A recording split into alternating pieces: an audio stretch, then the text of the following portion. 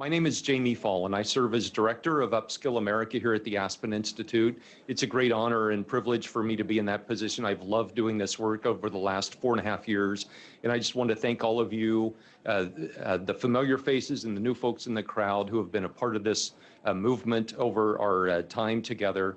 And we just greatly appreciate your partnership and all that you've done in the upskilling movement. So I will say that I'm really encouraged over the last 5 years with the number of companies that have joined the upskilling movement and are now engaged in the work that we do and allowing us to engage in the work that they do. But you know what? We need more. The work isn't done. We're not here to congratulate ourselves on what's been done over the last 5 years.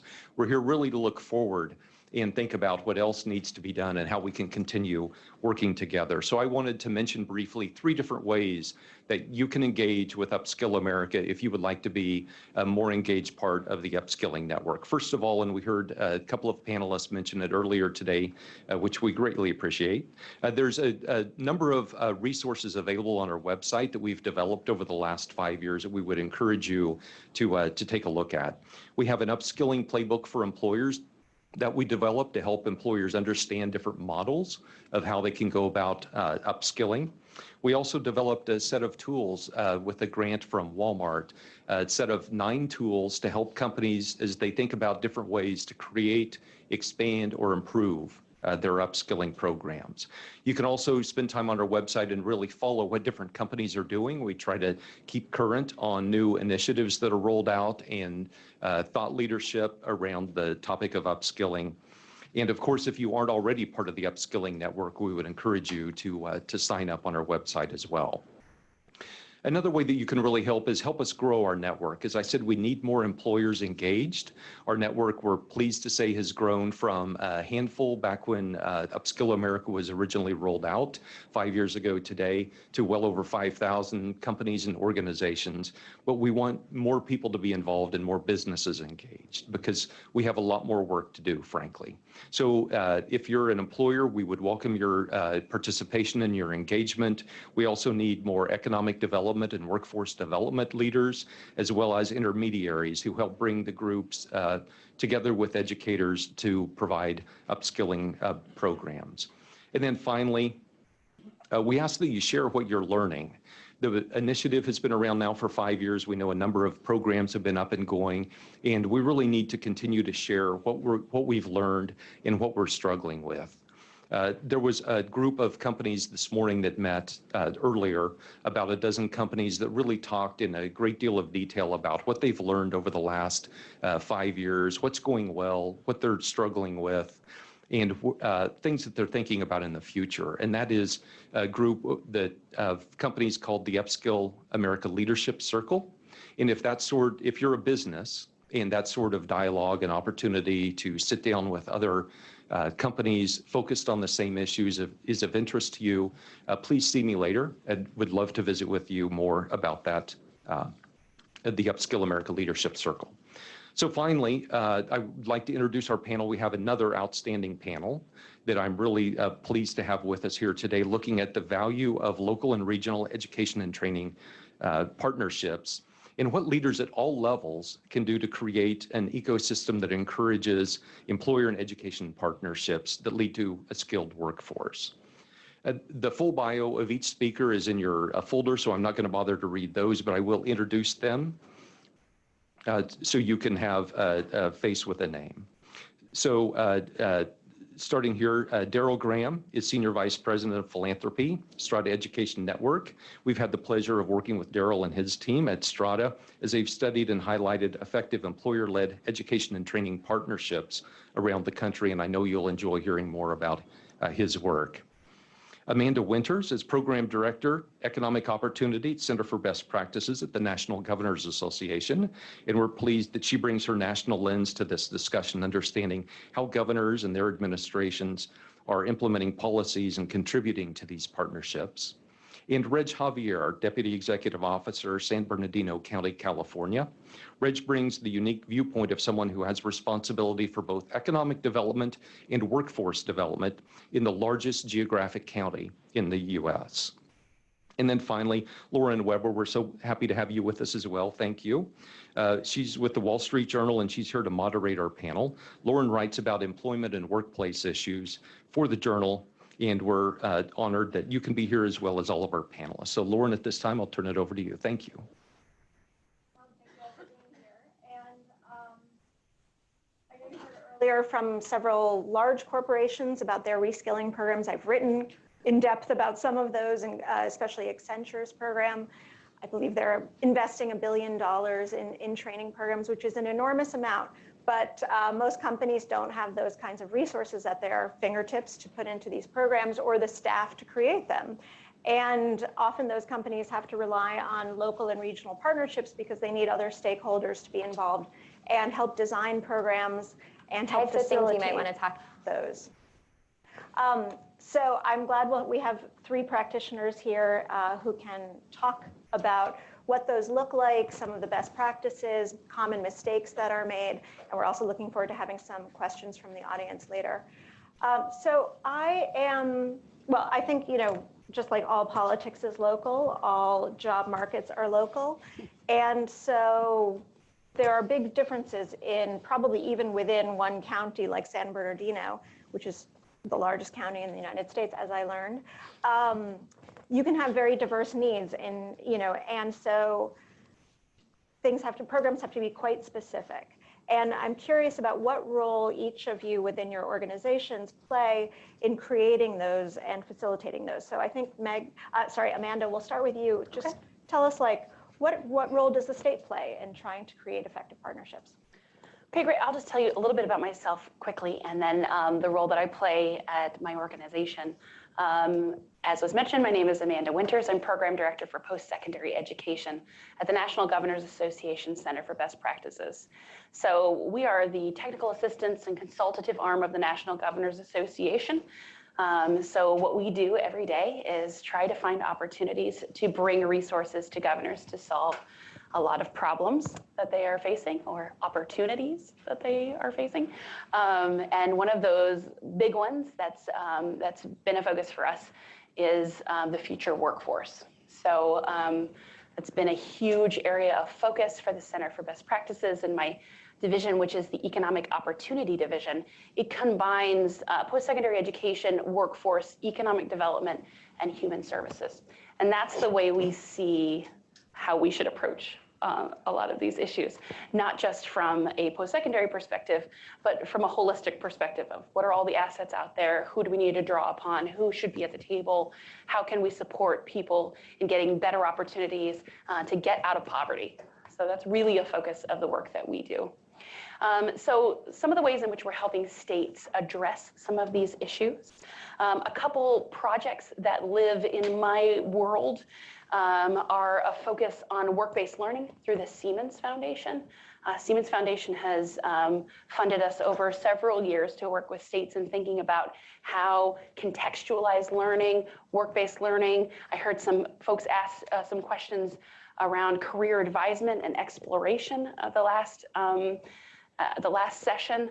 That's really something that states are trying to tackle. How can we get the resources out there to underserved populations, rural and urban? So a lot of things covered in that. And then also I'll give a shout out to Strata Education Network, who you'll hear from in a minute. They are funding us to do some work with a cohort of 6 states on better serving adults. So that's really a huge thing to take on, but it's better serving adults in connecting education and work, which is a clear priority for Strata Education Network. I don't want to speak for you, but really it's having states think about what are your solutions to better connect these populations. States are taking lots of different tactics, and that's one thing I'll emphasize today in all my comments, is that states, when you give them the opportunity, you give them the space, and you give them the support, come up with some great innovative ideas to help support their residents in getting better opportunities. So the states play a lot of different roles in this space. I'll just call out 1 or 2 things that I'll refer back to in some of my continued comments, which will be they work to incentivize a space in which these innovations can grow. It's difficult to be able to incentivize, but then sort of create the right policy space and then get out of the way for regions to be able to create some of these opportunities. And it's difficult to incentivize collaboration. So, so one thing I think that states are doing is they're recognizing the complexity of the problem. A shout out to Aspen Institute's Ascend network, which is working with student parents or looking at success for student parents. It's really a microcosm of some of the issues that we're facing in thinking about the adult workforce. Is a complex web of needs, things around housing and food insecurity and childcare and transportation and all of these things that there are state resources for, but we struggle to connect them in a way that makes sense for the people who really need to access some of these services.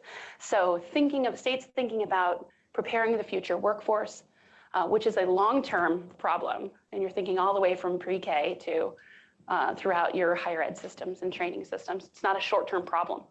But then also the complexity of the issue and how best to serve the people that they need to serve in their state in order to get them access to the opportunities that we're talking about. So I'll pass this off. All right, so Reg, you took your job in San Bernardino about 3 years ago. What did you see as your mission once you got there, and how are you enacting that? So when I first got to San Bernardino County, I was asked what my vision for San Bernardino County was. And really, as I drew upon past experiences, I realized we at San Bernardino County, my vision for us was I wanted us to become a magnet region.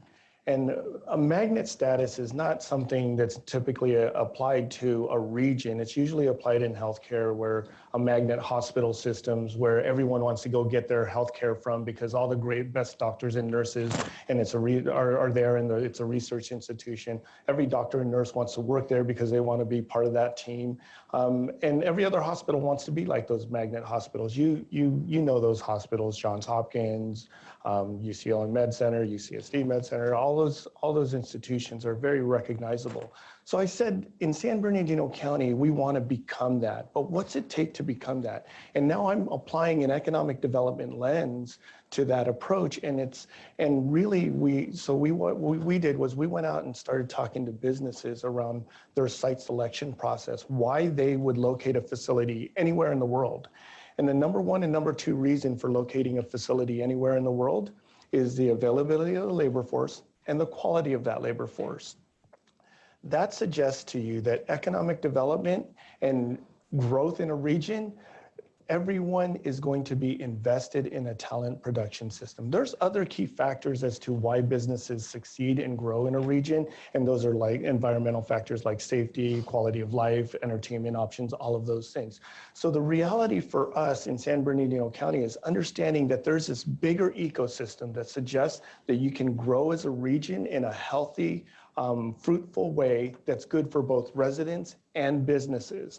That's why collaborations began to become a key priority for us in our region. So I would say this is that one of the key factors for San Bernardino County, aside from the fact that we're so large geographically, we're 20,000 square miles. It's just a massive county. So we've got distinctly different sub-regions of the county that act completely different from one another. But one of the key factors for us is that we know that our economy is not just growing, and we're one of the fastest growing economies in the entire country, but we are diversifying. But one of our largest industry sector by far is distribution warehouse logistics. We're one of the top 5 hubs in the world in distribution logistics. We know that that industry sector is highly susceptible to automations, technologies, technological advances, drones, driverless cars, machines, all of those things. And we know that that's coming to our world. But we're ill prepared from a talent production perspective to respond to that. So that proverbial skills gap, if those skills emerge in our marketplace, it only grows for us. So we have to actually think about systems, education systems and talent production systems that are much more predictive in nature in the context of where skills are heading in our economy and where the opportunities for our residents are going to exist in the future, and start building those pathways to that, to sort of snap into that economy in the future. And so do you see your role as an intermediary in bringing together different stakeholders and creating programs that will Absolutely. work? An intermediary, a convener, or an accelerant. I actually see the county in two roles. One is we have a lot of great work that's happening already in and throughout our entire county. We have some pretty disruptive minds, some real innovative thinkers in our region. Part of the county government's role is to take those folks that are doing some phenomenal work and begin to connect them to the other actors in that work. Is really saying that you're doing phenomenal work on your own. But what happens when we surround you by a lot of other people that are doing phenomenal work, and then try and help them identify where the similarities are in their work? The second thing, from a talent production, talent acquisition perspective for the county government, is we are also one of the largest employers in the region. We have 22,000 employees. We realize there's not a single kid that's going through K-12 education that is waking up every morning going, I can't wait to become a county worker. We realize that. And so we have to understand that we're also competing for talent in our world as well. So we have to engage with the education system as a business. We have slews of departments, you name it, every occupation under the sun works for us. We have to engage with the K-12 education system so that we begin to create early exposure programs, skills development programs, so that we can begin to pipeline workers to us so that they understand what great opportunities are for the county as well. So Daryl, you have a sort of a unique viewpoint on this because you're kind of at the, I would call it a 30,000 foot point, looking at all of these programs that are working or not working on a national level, or in their regions or local areas. But though on another level, it kind of just depressing to me that we need philanthropy in this area, and that public and private sector resources can't do the job themselves. What is the role that funders play, and how do you sort of think about your role? Great, thank you. Well, first, I'm happy to be here, and glad that philanthropy is here, because I would need a new job. So Jamie and folks would have to help me to be reskilled so I can find a new job. But it's exciting to be here with all of you. I would say this: we at Stroud Education Network believe that the network effect is a way in which we are going to drive real meaningful change in partnerships and collaboration in this country. And so for us, for those who don't know us, we're a social impact nonprofit organization. We're not a foundation. We believe in, a mission of helping, consumers, define their pathway, define what's valuable for them in life, define what's real for them through what we call completion with a purpose. And completion with a purpose means helping consumers to find that career pathway opportunity that's best suited for them through education, by allowing employers and education providers to be at the core of this education to employment pathway. And so for us, we began to think about, the ways in which we could work with states. We have a wonderful partnership with NGA and with ECS, and working with 12 states now to try to figure out how can we develop those conditions of success that exist. So we as a funder feel as though we should be more responsible, because 10 years ago, what would happen? I don't know if there are any funders in the room. Any funders in the room? Okay, good. It's just me, so good, all right. I'll talk a little bit about school then. We thought that if we found something good, we would just hover over it, talk about how great it is, spend our resources on it, and that's what happened.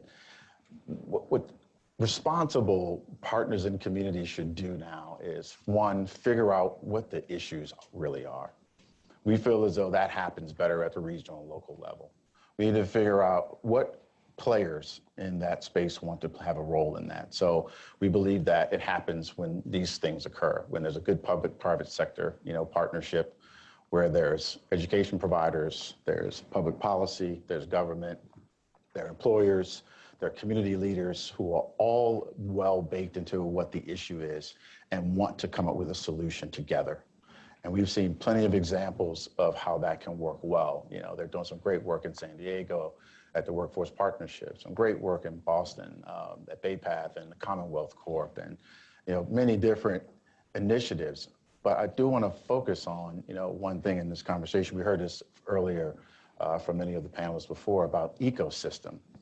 It isn't about programs. It is not about programs. We cannot scale programs. We have to be very focused on how we develop and cultivate ecosystems. And I do want to give a shout out to Jamie and Amanda at Upskill American Aspen Institute, because they helped us when we started working on this. It's not enough to know who the employers are. What are those employer needs? How do they plan to develop talent? And how can we help them, right? It isn't about making them feel bad about this. It is what intermediaries can we bring into play? How can we build, bridges to success? And how can we take the barriers that existed down? And when we see those types of things, funders would just say, "Oh, you guys have it figured out. See you later. We're gonna go about our business and we're gonna move away." It is, we saw it and we said, no, what we need to do is we need to shine a light on success. And what Jamie and Amanda at Upskill, great job of helping us to do is, let's meet with the employers, let's meet with those community leaders, let's meet with those policymakers, those executives, and say, what do the conditions of success mean? What are they? And how can we begin to help others to see that? You cannot do this by yourself. We had to come to terms with that as funders. We felt like we could because we had money, right? I worked for a large foundation before. We felt like, hey, you got money, you can rule the world. Yay, let's go. Confetti parade, right? We fixed it. No. We have to figure out ways in which we collaborate and work together. We have to share what success looks like, and we have to be willing to be open to help others to get there. So you've kind of perfectly framed the next question, which is what are the conditions of success? What makes a partnership work? Wow, that's a good question. And that's for all of you. That's a good question. You want to go first? Oh, sure. Yeah, I guess I will. Ladies first. It seems like a cop-out, but okay. It is. Okay, so I will harken back to the complexity of the issues. First of all, when governors are looking at incentivizing partnerships or setting up the right policy environment for these partnerships to thrive, first of all, they need to be a part of it. The governors need to incentivize it, they need to champion it, they need to applaud it, they need to put some resources towards it. They need to say, if this is our priority, then I've got, I really hate the phrase skin in the game, but until I find a better one, I'm going to use it. Sorry, when you say incentivized, are you talking about tax breaks? Are you talking about funding?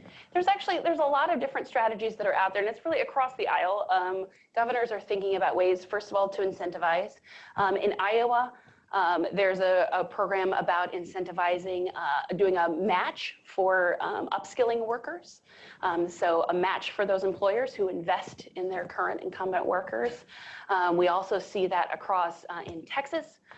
We see it in a couple different ways that it's coming down. There's different structures, of course, to every state approach, but tax incentives are kind of a way that it's the language of business. And so it's a way that they can speak to the needs of business while also speaking to their talent development needs. A lot of these are run out of a governor's office, and it'll have lots of different names: workforce innovation, workforce, brand new ideas. I don't know. Those, they will give it a really exciting name that talks about how, like, the new things they're going to try. And this is one we've seen a lot of from both Democrats and Republicans, is thinking about what kind of incentives get employers to the table, especially when thinking about upskilling. But it's important that the governor's also at the table, and as setting the table for these conversations to happen. Also, I'll harken back to intermediaries being a key player in some of these strategies at the state level. This is an element that we've found at NGA is an important element of any of our projects. So not just education and workforce projects, but for sustainability of work across transition. So in political life, transition is gonna happen. And you're gonna have turnover in key leadership. And we've seen so many great efforts that have been led by a dynamic agency lead or a governor who's really on board. You see this, and then you see it fizzle out as soon as they leave because they haven't had that sustainability planning and framework built in, which is buy-in from the region, and it's people understanding their stake in the collaboration, how they benefit from it, how they contribute to it, what their place is in it, and how they're connecting with the other folks that are in the partnerships. So having a vision that unites, having a plan for sustainability, and really thinking about how to strategically engage regional intermediaries to think about, and whether or not those are state entities or like state-related entities. I know many states utilize universities or centers at universities to play an intermediary role. Others are not-for-profits that are not connected to government organizations. Whatever the model is, somebody who gets up and thinks about this collaboration in the morning and has agendas and keeps the meetings and gets everybody on the same board and reminds us of our shared goals and helps agencies work together better. I used to be at a state agency in the state of Illinois, which I loved, but found many times while we were all state employees, all state supposedly working towards the same goals, sometimes it was very difficult for us to regulate ourselves in speaking the same language. And the outside voice helped us get on the same page and work towards those goals. So I think governors are really thinking about how the incentives that they develop can support those types of intermediaries, but then also really concrete things like those tax breaks or those incentives to think about upskilling, especially that incumbent workforce. In Texas, I know Walmart was up here last time, and I don't remember if it was Walmart or Walmart Foundation, which I know are different. But in Texas, I know Walmart is supporting a state effort around upskilling retail and customer-facing workers, not just at Walmart, but outside of that is really helping the Texas Workforce Board think about what does upskilling look like across a whole sector in which they play a key role. So it's partnerships like that that governors are thinking about, how they can play a role without creating the innovation themselves, but really giving the space to hear from the regions. Reg, as someone who is one of those intermediaries, what do you think makes these work or not work? So what we've found is we've been really trying to think about how we connect the entirety of the whole ecosystem. And what we found is that people come to the table for very, very different reasons. And finding common ground is not necessarily our goal, is finding an outcome that's good for every organization is our goal.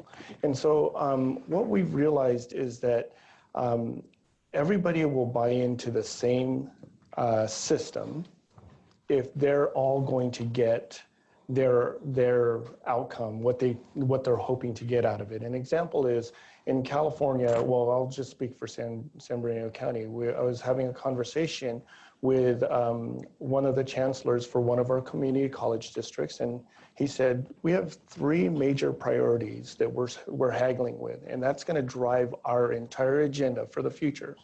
That is matriculation, remediation, and completion.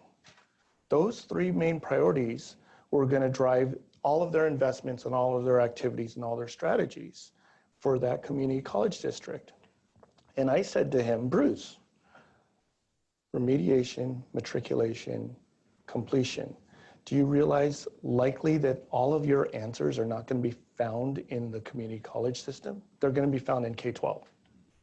And if you're remediating in the community college system, there's something that can be done in K-12 that prevents you from having to remediate.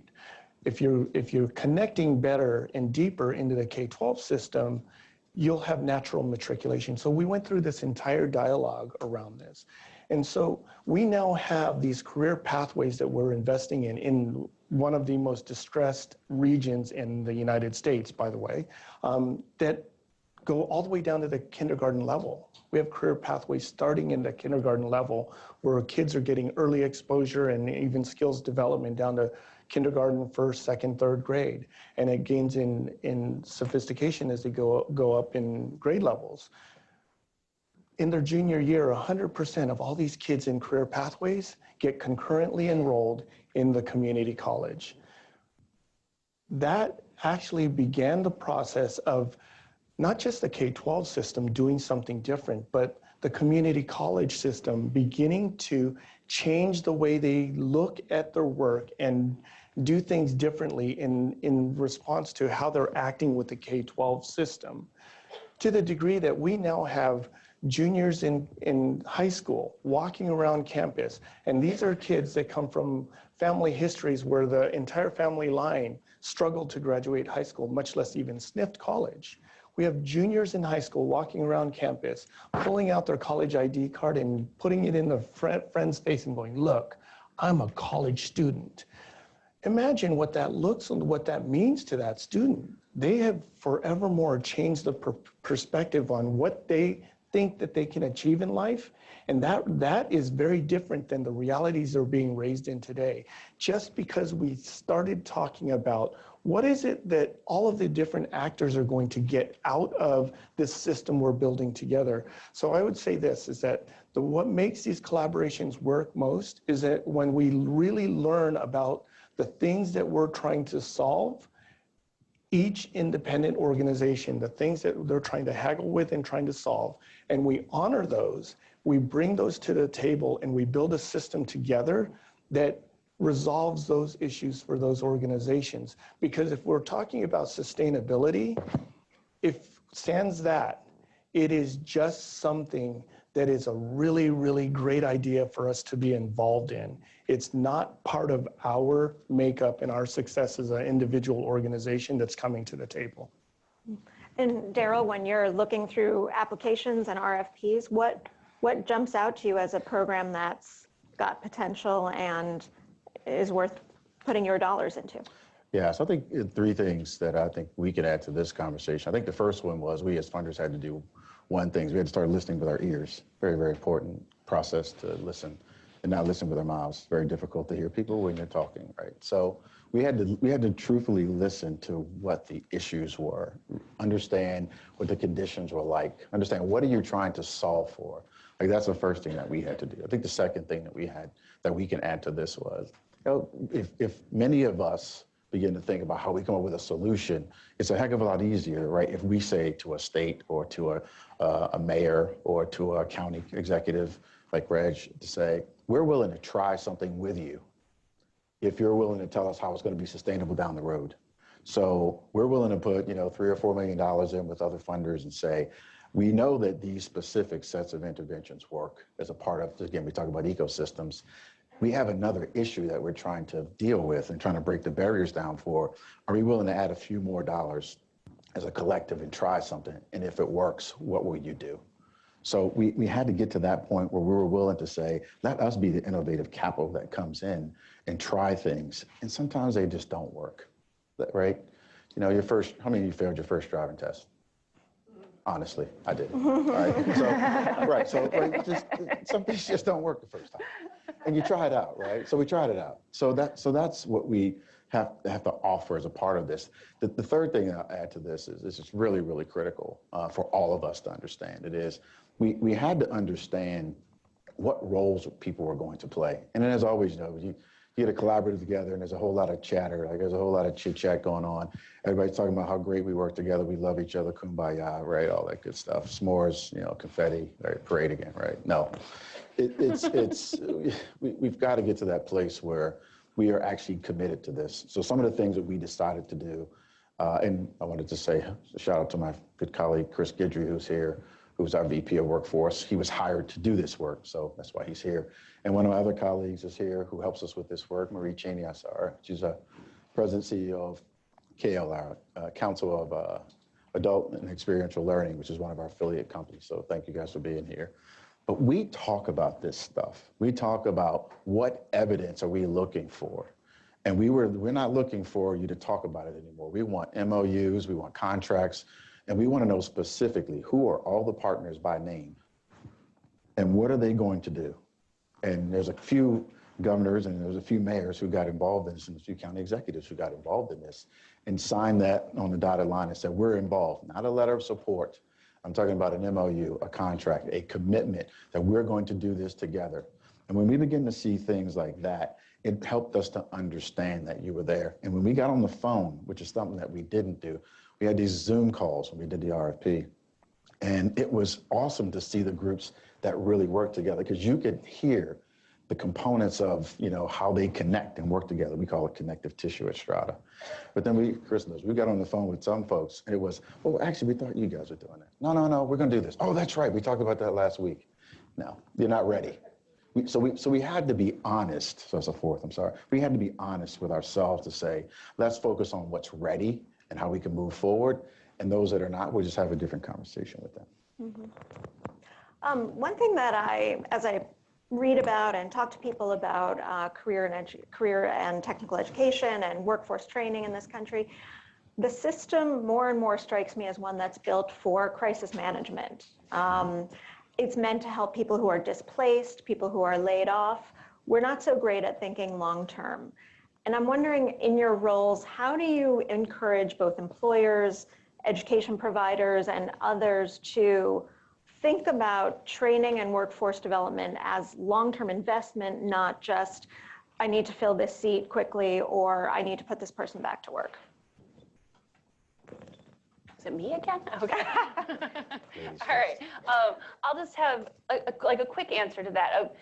A way I approach the work that I do is with the political reality in mind that I mentioned, that sometimes folks are only there for a couple years and then we have to move on. So what we have to do is policymakers and stakeholders have to help create a plan for the long-term investment and the long-term view with short-term wins. So you have the reality is you need political wins at the beginning, whether or not that's the collaboration, whether or not that's how many jobs were created, how many employers you got signed on, the great conversations you're having, those have to be built in. There have to be wins for people to start and to engage. But then you have to figure out what the environment is for the long-term investment. And then thinking about things like the future of work. Everybody's talking about that right now, yeah. Future of work. I know Strata has a whole division thinking about the future of work and some really great reports. We also are doing a future of work project. You should check us out. We're also very good. We're thinking about the future of work, but that's not just who needs a job right now. That's what our whole systems are going to look like. So that's a long-term fix. That's thinking about how are we going to leverage things like possible reauthorization of Workforce Innovation and Opportunities Act, Perkins 5, the CTE legislation that was just renewed, and states are working right now on their long-term plans around that effort. We're seeing some cool, innovative ideas come out of that planning process. Leveraging ESSA, so thinking about K-12 and what levers we have under that federal legislation. How can we change what we're doing to meet with long-term needs? So short-term realities that we have to deal with in a political world, but then also working together to think about, this is going to outlast me. This is going to outlast my colleagues. This is something we're investing in together and moving us in a direction that's adaptable and changeable, but provides a framework within which states can move forward and start some of this work, knowing that some things aren't going to work. You're going to have to change some stuff. We were talking before about how a lot of states, and I mean, I used to be in Illinois, we were just as bad at this as everybody else is. We start a lot of pilots, and then we pilot for a while and be like, we're like, that was really good. And then we just stopped doing it. Yeah. And we didn't seemingly learn anything from it or take that and, you know, scale it to do anything else. We would just pilot something else. So understanding how these innovations need to be cultivated and how they need to grow or die if they need to die. But the good ones need to be nurtured, and what that means in the political environment, and how we can truly make innovation live through partnerships with local regions and with philanthropic partners who sometimes give us, the kick that we need to really start thinking about how we can invest in some of these innovative practices without really risking very much on the state's side, because we have that infusion of support, but really giving some things a try, not being afraid to fail. So, great. So for San Bernardino County, we realized that, for example, career pathways were in all of our schools. Our desire was to accelerate the pace of growth of all of these career pathways in all of these schools, because if you can increase the proliferation, then you're actually contextualizing and creating applied learning environments throughout your entire education system, which is never ever a bad thing from an economic development lens perspective. But then what we realized was that we have all these career pathways in San Bernardino County, and the number one career pathway that like 40% of all the students want to attend, media arts. You know why? Because every kid wants to become a YouTube star. But there's not YouTube star occupations in San Bernardino County. Here's our disconnect, right? So we realize that we have to create an intelligence system that's really informing the growth and the development of programming in our region. So we now create, we've all workforce boards all across the country already do this. They study their regional economy, but that's usually a rear view facing study. They tell you what was growing last year, the top 10 industry clusters, the top 10 occupations, and then they create investment strategies around their training programs this year based on what was last year's data. What we're doing is something a little differently. We're doing that because it's necessary to inform the transactions and the employment training that's necessary for today. But we are also creating a level of predictive analytics around our studies that suggests where skills are heading in the future. I talked about this earlier. We're bringing together business focus groups on an ongoing basis and talking about the future of work, not necessarily in the context of asking a business, what do you think the future of work looks like? We're beginning to facilitate dialogue around what's happening in your environment, in your work environment, and how's that changing? I said that distribution, warehouse, and logistics were a key industry sector for us. One of our board members, our workforce board members, is an owner of a logistics company, and he says, the warehouse of today is not the same warehouse your grandfather used to know. And I asked him to expand on that. And the warehouses have offices in them. They have IT workers, human resources folks, all these office personnel inside of these warehouses that didn't exist back in yesteryear. But the key to it is, he said, we are working with a company called Fetch, and we are beginning to install robotics into our warehouses. And I said, why are you doing that? Are you trying to get replaced workers? He said, actually, no. We're actually trying to increase our throughput in our warehouses. This is about increasing our productivity. And then another developer, a developer who builds these warehouses, says, we're beginning to be asked to build warehouses with 90-foot clearance, which means 90 feet in the air is your ceiling. And I asked him why. He said, because all of these logistics firms want to put more volume through their facilities. Now, if you think about that and you really understand the dynamics there, is that if you put inventory 90 feet in the air, you're going to require a machine or a robot to go up and get it.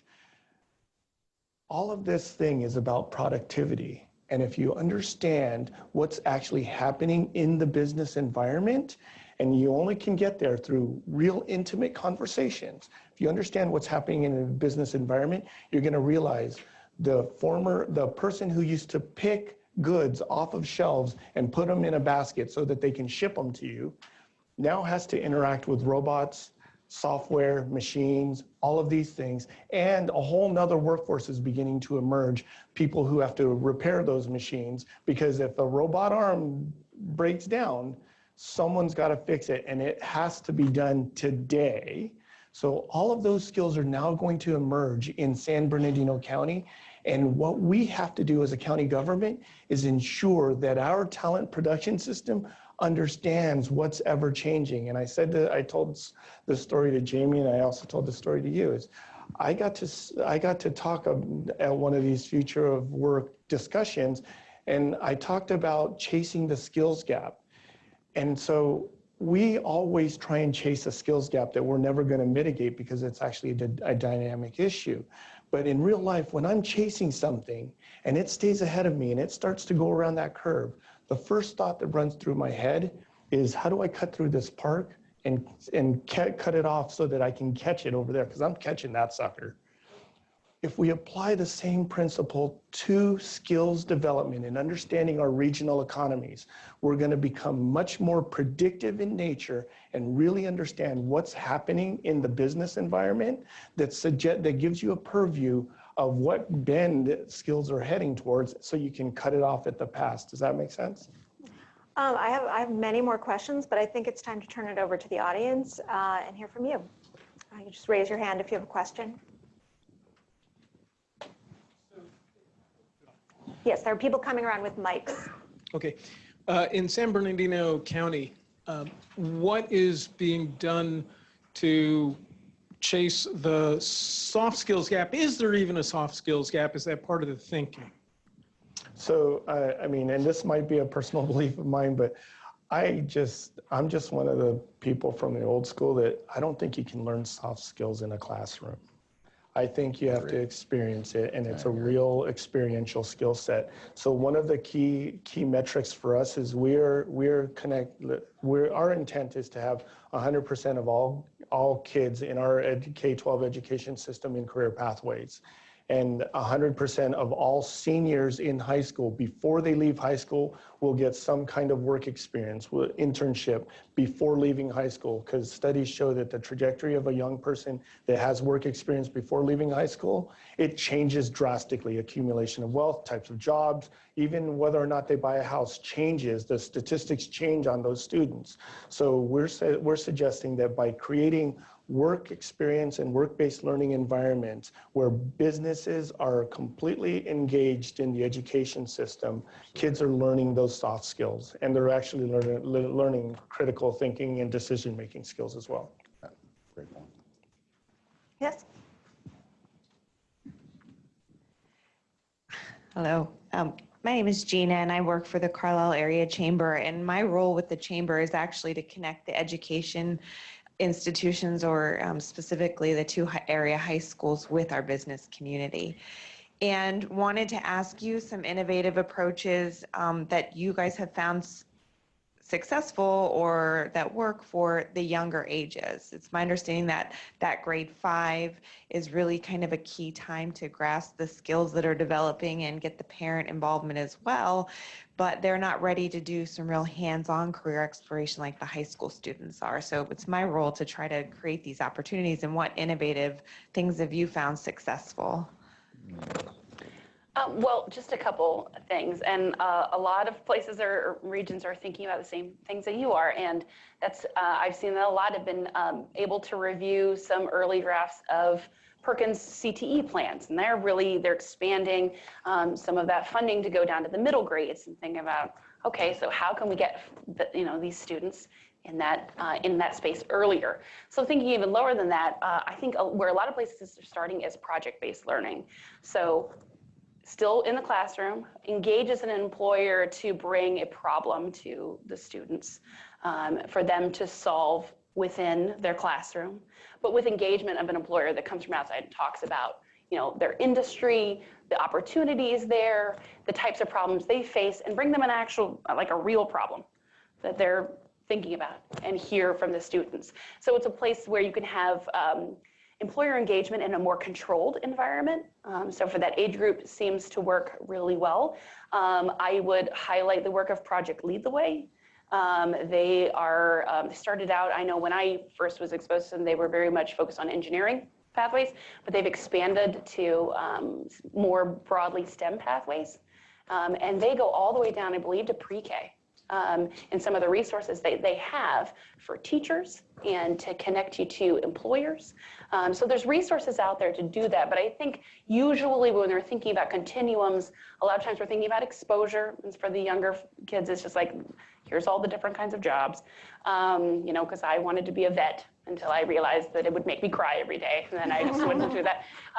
So exposure to, you know, what these types of things are when you're younger. And then the project base is engaging them in a way that's still in the environment that the classroom can control. And the employer feels a little bit more like they understand their role with that age group. There's also some states that are setting up systems in which to have employers say, I'll be a mentor, or I'll come to a classroom and do a talk. So they put themselves out there in a system that the state has set up to say, how could you engage? And then the employer will say, here's all the ways I can engage across these different grades. So it's a way that I believe North Carolina is launching that right now. I believe Washington, the Career Connect Washington might actually do some of that. Don't hold me to that one.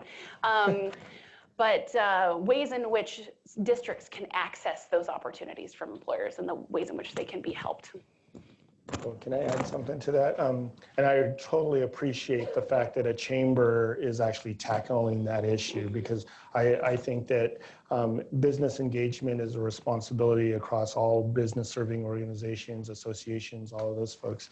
But in San Bernardino County, what our county schools have started doing is, and there's many software packages that are software solutions that do this, but they're using a platform called Nepris to actually bring the employer into the classroom. So they're actually gathering a bunch of classrooms together, and they're all logging in online and having an employer give a virtual tour of their business and go around their business and talk about all of the work that they do. And then they do a question and answer part of the program, and there's some like a couple hundred students that are able to ask questions, and they're all these young people all the way down to like kindergarten level. They're firing all of these questions at this employer, and they have to aggregate them in and put these questions out there. And you know, the number one question is, how much do you make? But they go through this process of really beginning to expose young people to all of the different opportunities inside of our region, so that these kids can potentially envision themselves working in that industry at some point. Yeah, we did the same. There's a group, Junior Achievement, who you probably all know. They have J Career Fairs, and what they do is they have middle schoolers from around, I think there's about 12 counties around in Indiana, and they bring them to the state fairgrounds for 2 days worth of hands-on sort of experiential learning around different types of workforce. So you have a lot of healthcare, you have financial services, you have construction, you have plumbing. And so the students with their teachers get a chance to go around for 2 days, and it helps the curriculum, it's a part of a curriculum in the schools, but it helps them to figure out what career pathway they want to take as they begin to think about high school and then beyond. So it's a great program that offers some opportunity at least to experience what it is, talk to real people who do it, and they've been doing it every year for 3 years now. So things like that are very helpful. Next question. Go ahead. I'm Bob Hershey. I'm a consultant. I'm the author of the books, All the Math You Need to Get Rich and How to Think with Numbers. And I'm wondering what is being done in your programs to give people the basic math for things like percentages and probability and interest calculations that they will need in their work. Do you want to start this time? Sure. We'll just keep passing the baton. Actually, so as I said before, we're actually creating applied contextualized learning environments all throughout our education system. And I think that that's critical, because when I was learning in grade school to learn how to measure right angles and calculate distances, I did it out of a book. And then when I came up to my answer, I turned to the back of the book and saw the answer in the back of the book to determine if I did it right? Well, actually, for me, it was more like, look at the answer in the back of the book first, then go at the problem. However, kids these days in our education system, they're building things. And they're building things, and then they're having to measure things, because they're building things, and they're calculating angles, calculating distances, all of those things.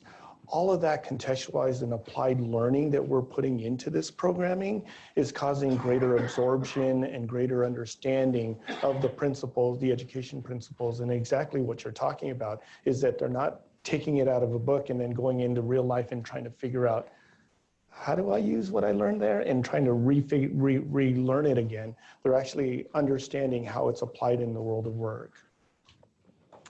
I'll say that like two things I'll point out about math, which is a challenge for states to think about. Filling a lot of the jobs in the future are STEM related jobs, and they require math. It's the reality of it. You have to do math. I don't love math, so it's not fun for me to talk about most of the time. But states are thinking about math pathways, that not everybody needs to take the same pathway to get to where they need to go. So an understanding of what's needed for the different fields, whether it's a calculus pathway that has an algebra pathway, or a quantitative analysis pathway. So really thinking, and CTE math is really the contextualized learning that is embedded into a lot of CTE programs. States are thinking about that for high school graduation requirements. What does the math pathway look like? And then one thing I'll throw out that is also a challenge that states are facing is really thinking about the adult basic education group of students. They are many times left out of larger education conversations at the state level, but they usually have the most mission-driven folks who are engaged in those agencies. And that population, and trying to get them into really good paying jobs and get them into pathways where they can have further opportunity, math is one of the biggest barriers. So really thinking about how we approach getting them the skills that they need is a huge challenge.